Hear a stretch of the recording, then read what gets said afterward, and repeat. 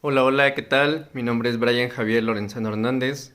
Agradezco a los organizadores del séptimo Seminario Regional de Materiales Avanzados por la aceptación del trabajo titulado Caracterización Físico-Química y Evaluación Estructural de Andamios Compósitos de Policaprolactona e Hidroxiapatita para su potencial uso en la regeneración de tejido óseo. A grandes rasgos, este proyecto involucra una introducción que se maneja las propiedades superficiales y las propiedades de biocompatibilidad de los biomateriales compósitos para regeneración de tejido óseo.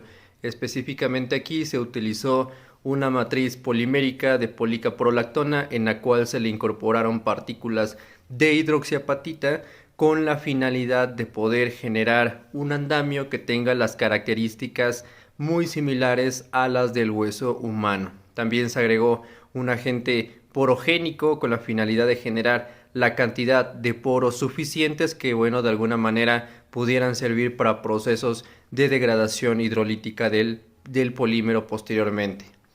Entonces, como objetivo es evaluar precisamente esa estabilidad de los andamios de policaprolactona e hidroxiapatita cuando tengan contacto con un fluido fisiológico simulado. En este caso se utilizó una solución salina PBS, básicamente para su posible aplicación en regeneración de tejido óseo.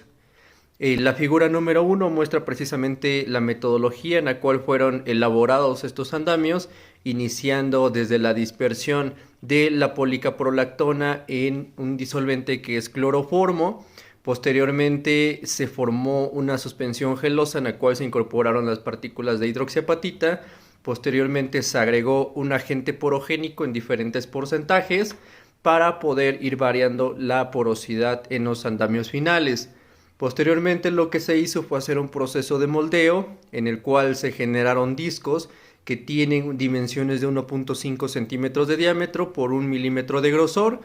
Esos andamios que se formaron en esos moldes se llevaron a un proceso de secado a una temperatura de 50 grados Celsius durante 3 horas. Posteriormente se hizo un proceso de desmoldamiento en el cual estos andamios se dejaron prácticamente secar lo que quedaba de cloroformo a una temperatura ambiente. Estos discos posteriormente se llevaron a procesos de caracterización. Sí podemos visualizar en la parte de los resultados, en la figura 3, específicamente la figura 3A y 3B, hacen referencia a caracterizaciones por difracción de rayos X correspondientes tanto a la hidroxiapatita que se sintetizó por un método húmedo que se le conoce como método hidrotermal. Esas partículas de hidroxiapatita se caracterizó precisamente su estructura por difracción de rayos X, donde se determinó que predomina una fase monoclínica. En caso con la figura 3A hace referencia a un difractograma correspondiente a la policaprolactona. Se pueden observar los picos principales y característicos del polímero. Se habla de un polímero que es semicristalino y por eso esos picos están ubicados en bajos ángulos.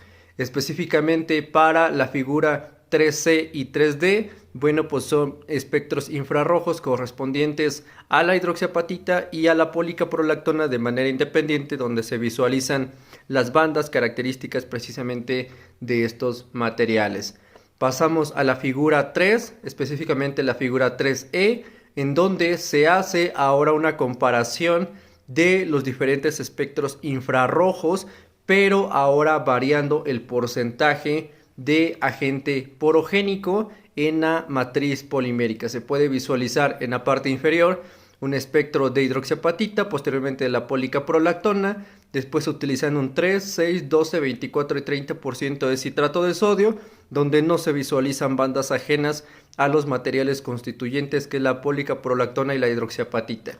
Para la figura 3F se hace un difractograma en donde se puede visualizar que las partículas de hidroxiapatita no se pueden visualizar por esta técnica, o al menos los picos no se detectan debido a que la matriz polimérica lo que hace es que embebe, cubre totalmente las partículas de hidroxiapatita que están al interior de la matriz polimérica, haciendo imposible que se puedan detectar por esta técnica.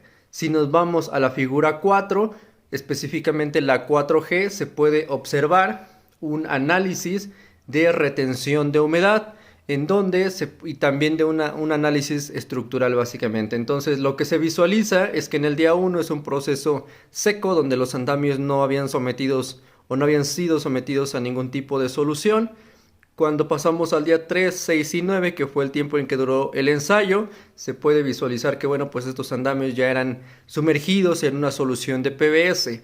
Algo muy importante es que cuando pasó el día 3, bueno, los andamios comenzaron a tener un proceso de hinchamiento máximo. Posteriormente, para el día 6, las proporciones que tenían un 3, un 6 y un 12% de agente porogénico ya no tuvieron un incremento de peso significativo, es decir, ya estaban llegando a su estabilidad. En el caso de un 12, un 24 y un 30% de agente porogénico, bueno, pues estas estructuras tuvieron una mayor retención de humedad.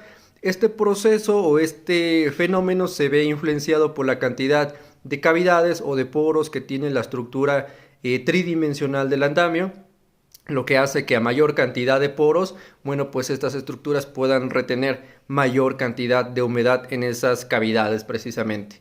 Entonces, cuando llegamos a un día 9, podemos observar específicamente en la figura 4H que bueno, pues los andamios que tienen un porcentaje de porosidad del 12, del 24 y el 30%, su estabilidad se vio afectada, es decir, comenzaron a tener un proceso de degradación por un fenómeno que se le conoce como hidrólisis.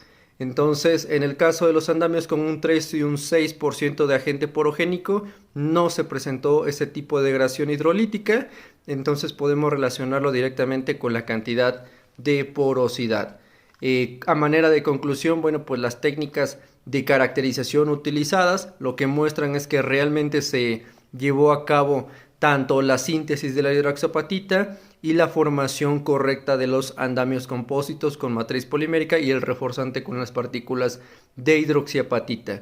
Se puede mencionar que utilizando porcentajes del 12, del 24 y del 30% de porosidad, bueno, pues la velocidad de degradación de estos andamios tiende a aumentar, así como también la estabilidad estructural se ve gravemente afectada. Lo que se puede visualizar es que cuando incorporamos las partículas de hidroxiapatita y también del agente porogénico, pues la velocidad de degradación por sí sola de la policaprolactona tiende a aumentar. Esto puede ser benéfico ya que se puede controlar la velocidad de degradación de la matriz polimérica cuando pueda ser sometida a un fluido fisiológico simulado. Es decir, esto ya se puede controlar, ya podemos realizarlo a través de la incorporación de un agente porogénico. Muchas gracias.